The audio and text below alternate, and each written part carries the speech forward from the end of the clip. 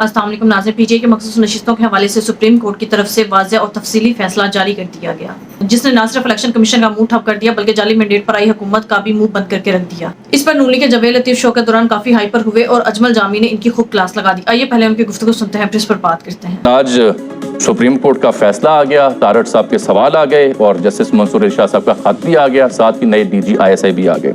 ये हुकूमत अक्सरियती फैसले को मानने से इनकारी आखिर क्यों है, ये मुझे समझ नहीं आ रही। बड़े अदब से मेरी गुजारिश है आज के फैसले के हवाले से फैसलों वालों की खिदमत में कि मुझे कोई ये बता दे कि ये आइन में जब लिखा है कि आप 15 दिन के अंदर अंदर जो आज़ाद उम्मीदवार हैं वो किसी एक जमात को ज्वाइन कर लें। तीन दिन के अंदर ज्वाइन कर लिया, सॉरी 3 दिन के अंदर, ठीक कह रहे हैं आप। 3 दिन के अंदर, ओथ लेने के 3 दिन के अंदर अंदर आप उसको ज्वाइन करेंगे। अब उसको आपने ज्वाइन कर लिया, हलफनामा दे दिया, आपको या तो पार्लियामान से रजू करना पड़ेगा कि आइन में वो तरमीम करे कि आप 2 दफ़ा 4 दफ़ा 10 दफ़ा अपनी वफादारियां जमात के साथ तब्दील कर सकते हैं, नई जमात में को ज्वाइन कर सकते हैं। ये नहीं हो सकता कि जिसको पार्लियामान कानून बनाए और जो तशरीह करने वाला अदारा है वो नया कानून बना देगी। तो मैं ये समझ रहा हूँ कि फिर हुकूमत ये इस फैसले पर अमल दरामद करने का इरादा नहीं रखती। नहीं, ये आपका कहना बहुत सख्त अल्फाज हैं, मैं ये नहीं कहता। मैं ये कह रहा हूँ कि क्या हुकूमत वक्त ये हो या कोई और हो, क्या उनको आइन कानून के मुताबिक चलना है या एक अदारों के अंदर जो सियासत आ गई है या सियासी जो फैसले किए जा रहे हैं उस पे अमल दरामद करना है।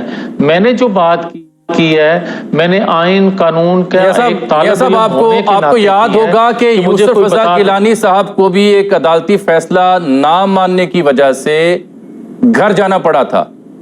तो क्या यहां भी कुछ ऐसी सूरत हाल होगी कि प्राइम मिनिस्टर अगर घर जाते दिखाई देंगे आपको अगर अमल दरामद ना हुआ? जामी साहब मुझे ये बताएं कि वहाँ गिलानी साहब हों या नवाज शरीफ साहब हों, नवाज शरीफ साहब को भी 2017 में फैसला करके नाअहल किया गया था।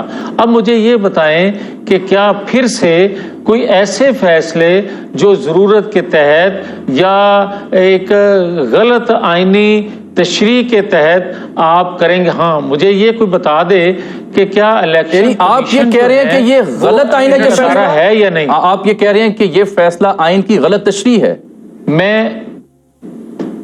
मैं तो ये हिम्मत ही नहीं रखता भाई आपकी बात को भी गलत कहने का। मैं तो एक बात कर रहा हूँ अपनी, मैं तो ये कह रहा हूँ कि ये तशरीह जो है मुझे समझ नहीं आ रही, क्योंकि मैं एक छोटा तालिब इल्म हूँ कानून का। आप मुझे समझा दें कि एक हलफनामा आप देते हैं 3 दिन बाद, क्या जमात के हवाले से कि फलां जमात मैं इसे और सादा और सादा करता हूं अगर आपकी बात पूरी हो। एक सेकंड अगर इजाजत दे दें। मैं ये कहता हूं कि अगर आज ये बात की जा रही है कि फलां जमात सियासी जमात है, रहेगी और थी, मुझे ये बताएं जब हमसे निशान लिया गया था और निशान के बगैर हमारे सेनेटर्स ने इलेक्शन लड़ा था, उस वक्त हमारे बारे में ये क्यों नहीं कहा जाता? मैं ये नहीं कह रहा कि ये कुछ जस्टिफिकेशन है, मैं ये आपसे सवाल कर रहा हूँ कि आज जो हलकान हो रही हैं चीज़ें, मैं या आप हो रहे हैं, क्या उस वक्त किसी को ये एहसास नहीं था? और आज फैसला लिखने वालों को क्या ये लिखना नहीं चाहिए कि 2017 में गलत फैसले किए गए? माजी की तो हमारे पास एक से बढ़कर एक नजीर है ना, लेकिन हम बेसिक प्रिंसिपल्स पे आ जाते हैं। एक छोटा सवाल करता हूं क्योंकि आप सीनियर सियासतदान, ग्रास रूट लेवल से आपने अपनी सियासत का आगाज कर रखा है। क्या आप पीटीआई के वजूद से इनकार करते हैं? एक, और अगर नहीं तो आप पीटीआई के वोटर्स की जो राय है उसे कैसे ठुकरा सकते हैं, जिसका आइन के अंदर बतौर बुनियादी हुकूक हवाला दर्ज है? और आज फैसले में भी आर्टिकल 17 और आर्टिकल 19 का हवाला दिया है सुप्रीम कोर्ट ने कि किसी जमात से वाबस्तगी और इज़हार राय की आज़ादी से मुताल्लिक ये आर्टिकल है। इसका हम कैसे इनकार कर सकते हैं? लोगों ने जो 83 लोग मुंतखब करवाए जामी, वो इसी बुनियादी हुकूक के तहत करवाए। 83 सीटों के एवज जो मखसूस नशिस्तें मिलती हैं, उस जमात को काट के कैसे नून लीग, पीपल्स पार्टी یا MQM کو دے دی جائیں؟ رک جائیں آپ جامی صاحب، گزارش یہ ہے جو آپ نے کہا کہ آپ PTI کو سیاسی جماعت مانتے نہیں ہیں، میں سیاسی جماعت مانتا ہوں 9-10 مئی کا ایونٹ حادثہ ہونے سے پہلے۔ نمبر 2، آپ جو یہ کہہ رہے ہیں کہ کیا جو PTI کا ووٹر ہے جس کو ووٹ کاسٹ کرتا ہے اس کو حق حاصل نہیں ہے کہ وہ PTI کا ممبر بنے؟ اس کو حق حاصل ہے، مگر اس کو یہ حق حاصل نہیں ہے کہ وہ ایک دفعہ وفاداری کا سرٹیفکیٹ کسی جماعت کے لیے دے اور پھر وہ نئی وفاداری وفاداری کرنے کے لیے نیا حلف نامہ دے۔ ابھی چند روز پہلے میں آپ کو سن رہا تھا کہیں آپ فیض یاب تاثر سمجھتے ہیں ابھی بھی ایگزسٹ کرتا ہے، وہ تو ان کا تو فیلڈ جنرل کورٹ مارشل ہو رہا ہے، اب کیسی سہولیات PTI کو مل رہی ہیں؟ جامی صاحب، میں بڑا کلیئر ہوں اور بڑے عرصے سے کہتا آ رہا ہوں، اور آپ جیسے جو میرے انتہائی عزیز محترم دوست ہیں یہ اس وقت بھی نہیں مانتے تھے، آج پھر نہیں مانیں گے۔ میں یہ کہتا ہوں کہ سہولت کاری عمران خان کو تھی، عمران خان کو سہولت کاری ہے۔ میں کہتا ہوں کہ عالمی قوتوں کا دباؤ ہے پاکستان کے اداروں میں بیٹھے لوگوں پر، جس طرح کے اسرائیل سمیت آپ مختلف مضامین دنیا کے اخبارات میں پڑھ رہے ہیں، سن بھی رہے ہوں گے۔ آپ کہہ رہے ہیں کہ وہ ابھی بھی فیض یاب ہے، ان کی سہولت کاری ہے، یہ عالمی طاقتوں کا دباؤ ہے، جو اسرائیل کے اخبار کا آپ حوالہ دے رہے ہیں۔ خیر وہ ایک لمبی ڈیبیٹ ہے جو موضوع نہیں ہے، 15 تاریخ کو وہ خط لکھا گیا ہے، ابراہم اکارڈ کے حوالے سے وہ خط ہے، ایک مضمون نگار کی رائے ہے کہ اگر ایسا ہو جائے تو پھر یوں ہو سکتا ہے۔ لیکن میرا سوال یہ ہے کہ خان صاحب تو 13 ماہ سے زائد عرصہ ہو گیا جیل میں، اور ان کے اوپر 1 مقدمہ 2 مقدمہ درجنوں مقدمات ملک بھر میں طول و عرض میں ان کے اوپر ہیں، ان کی قیادت کے اوپر بھی ہیں، تو مقدمات تو ہیں جیل کے اندر، تو وہ ہیں۔ اس کا مطلب یہ ہے کہ سسٹم وہ دباؤ نہیں لے رہا جس کی جانب آپ اشارہ کر رہے ہیں، ورنہ تو وہ باہر آئے ہوتے۔ نہیں، سن لیں، پھر بات بڑی اچھی آپ نے کی ہے، مگر حوصلے سے جس طرح آپ نے سوال کیا ہے اسی طرح حوصلے سے آپ نے جواب بھی سننا ہے۔ میاں صاحب بسم اللہ کرو، سن رہے ہیں کہ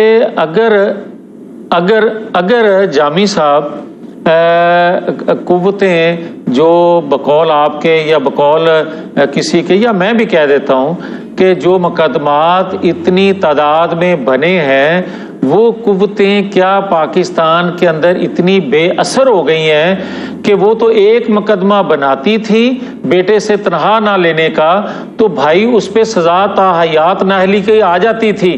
یہ کیسی بااثر قوت ہے، بااثر ادارہ ہے بقول آپ کے کہ درجنوں کیسز بن گئے، جیل میں وہ ہے مگر 9-10 مئی کا فیصلہ نہیں کر سکتے، مگر اس پہ آج تک کوئی سزا نہیں دی جا سکتی۔ میاں صاحب ایسی بے اختیار حکومت میں رہنے کا فائدہ کیا ہے؟ ایسی بے اختیار حکومت میں رہنے کا فائدہ کیا جو دباؤ کے اندر ہے؟ چھوڑ دیں ایسی حکومت۔